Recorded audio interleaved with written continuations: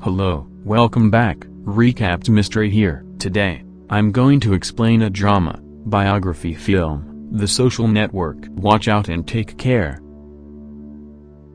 Mark Zuckerberg and Erica Albright are having a talk in a pub in the autumn of 2003. They talk about Harvard University's final clubs, their exclusivity, and Mark's preoccupation with them. He looks down on Erica, stating that if he gets into a final club, she'll meet people she wouldn't have met otherwise because she attends a less prominent university, Boston University.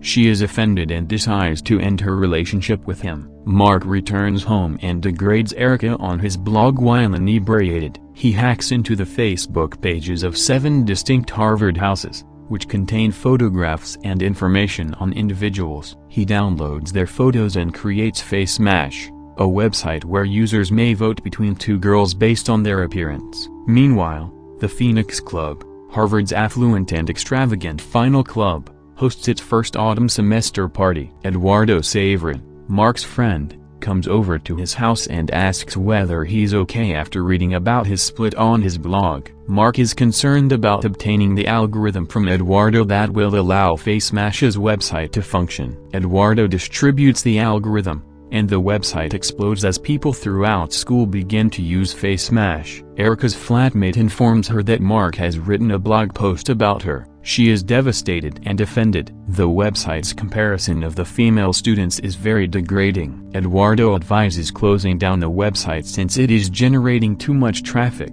which could land them in hot water. The network was eventually shut down by Harvard officials. Eduardo and Mark are now involved in a legal dispute in 2009. Mark is irritated when Erica's testimony is used against him. FaceMash reportedly received 22,000 hits in 2 hours that night. Cameron and Tyler Winklevoss are Harvard undergraduates in 2003 when they learn about a sophomore who hacked into the data of students from 7 different houses and developed a website that crashed Harvard's network with 22,000 page requests in one night.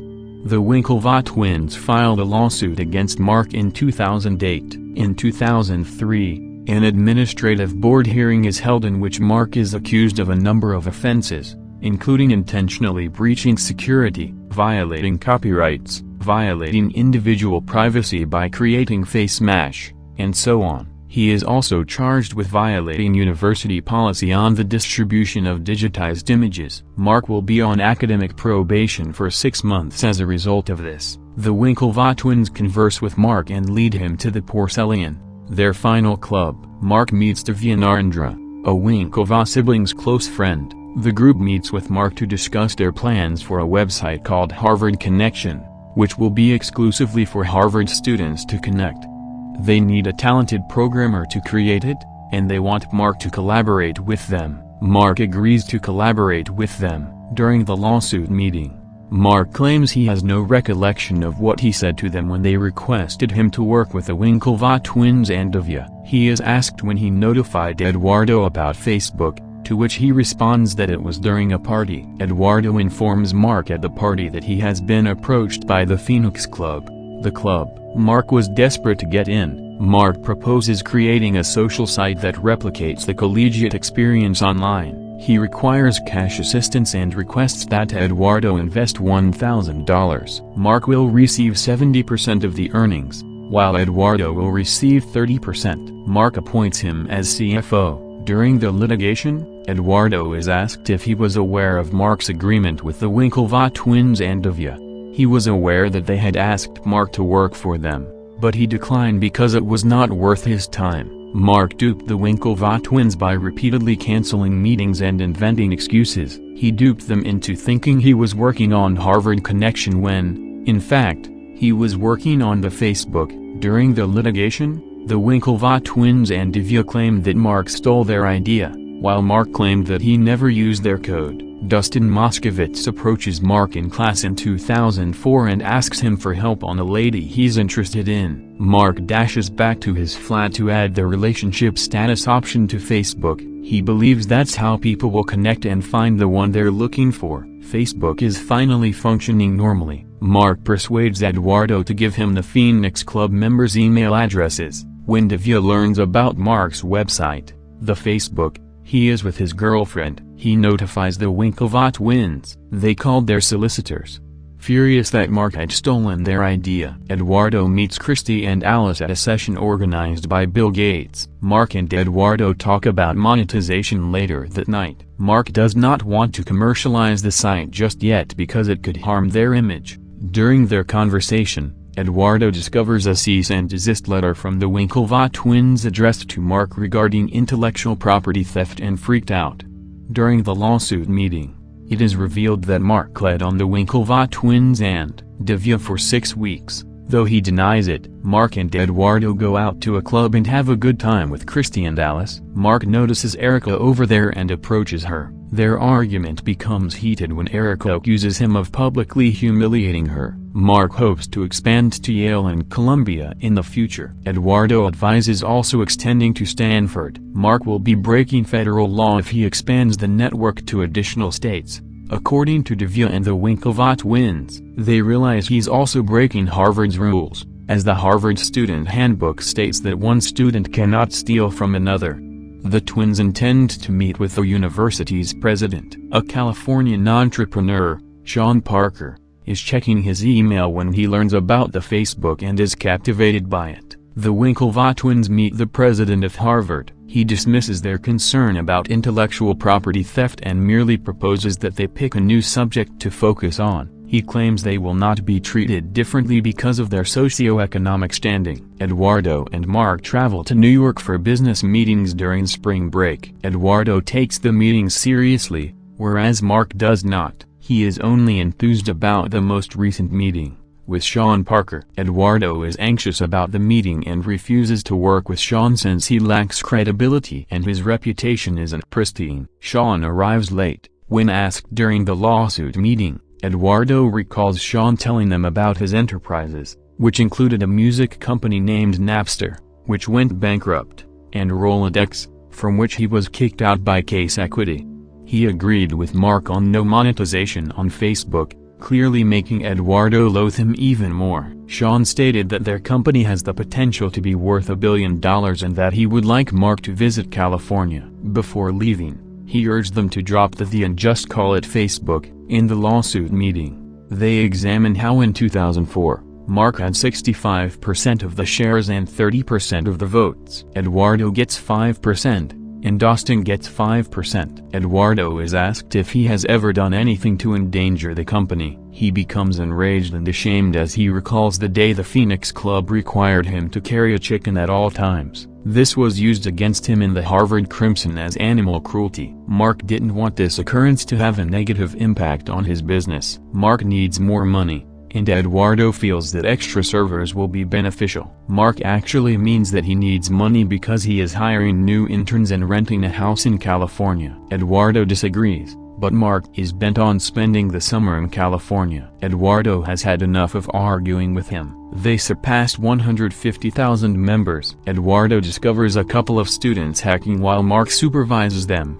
ensuring that only the finest are picked as interns. He informs Mark that he has opened a bank account in the amount of $18,000. A hacker is the first to finish, and Mark greets him on Facebook. Eduardo said he gave the money in order to be a team player. He was supposed to increase advertiser interest in New York while Mark, Dustin, and the interns worked in California. Mark and the rest of the crew actually party in California. After their zipline breaks and Sean comes to check on them, Mark discovers Sean lives across the street. Sean discovers that Eduardo did not accompany Mark. Sean and Mark discuss business in a club. Sean claims that he will establish Facebook on 2 continents. When Mark learns that Sean is homeless, he offers to live with him and the rest of the group. The Winklevoss brothers are competing in the Henley Royal Regatta. They eventually lose and are devastated. To make matters worse, they discover that Facebook is available in Cambridge, Oxford, and the London School of Economics. Mark has agreed to be sued in federal court by the twins and Divya. Sean is on the phone in California when Eduardo arrives, soaking in the rain. Mark was scheduled to pick him up at the airport an hour ago, but he didn't show up since he had fallen asleep after several hours of coding. Eduardo is displeased to learn that Sean organized a meeting with Peter Thiel, He and Mark have a private conversation in which it is revealed that Eduardo resigned his summer internship on the first day and that Christie has been harassing him. Mark advises him to blend in and join the scene, or he would be left behind. Eduardo freezes the bank account he set up for Facebook out of rage. The meeting with Peter Thiel is a success, as Mark and Sean receive a $500,000 investment for Facebook. Eduardo is alone in his flat when Christie arrives and starts fighting with him. Mark calls Eduardo and confronts him over suspending the bank account and jeopardizing Facebook, reminding him that it cannot crash since it is not like other websites. In the meantime, Christie sets fire to his flat. Eduardo hastily extinguishes the fire while telling Mark over the phone that he froze the account to grab his attention. Mark informs him on the success of the Peter Thiel investment and invites him to San Francisco as soon as possible. Eduardo says he'll be there. He meets with the company's lawyers and signs the paperwork. His stake has risen to 34.4%. Eduardo did not realize he was signing his death certificate until the litigation meeting. He stated that Mark mentioned that he wouldn't be returning for a semester and told him to return at the end of the year for the party Peter Thiel would give when they reached 1 million members. Eduardo receives an email from Mark in late November regarding the 1,000th member party and the necessity for a business meeting as a result of Mark and Sean pulling a trick and convincing Case Equity to make them an investment offer that is difficult to refuse. Eduardo pays a visit to Facebook's new headquarters in California. He is astonished and enraged to see that his shares have been diluted down to 0.03%. He feels duped and angrily assures Mark that he will return for everything. Sean and Mark celebrate reaching 1 million subscribers after Eduardo leaves. Sean is having a good time with a pair of interns and is constantly talking about Facebook with them. While the cops arrive, they are sniffing some flower. The scenario becomes complicated when an underage intern is engaged. Mark realizes that Sean is not trustworthy after all. Marilyn Dulpe, a junior defense lawyer, and Mark converse. She informs him that there will eventually be a settlement agreement and that he will have to pay extra since the jury will not support him due to the bitterness of previous occurrences and his general attitude. She departs, leaving Mark alone. He sends Erica a friend request on Facebook and keeps refreshing the page. It has been discovered that the Winklevoss twins received a $65 million settlement and signed a non-disclosure agreement. Eduardo also obtained a compensation and his name was restored to the Facebook masthead as a co-founder. Facebook is still thriving, and Mark is the world's youngest billionaire. The end. Please subscribe to assist the channel. Turn on notification and leave a like. Thank you for taking the time to watch. See you again soon.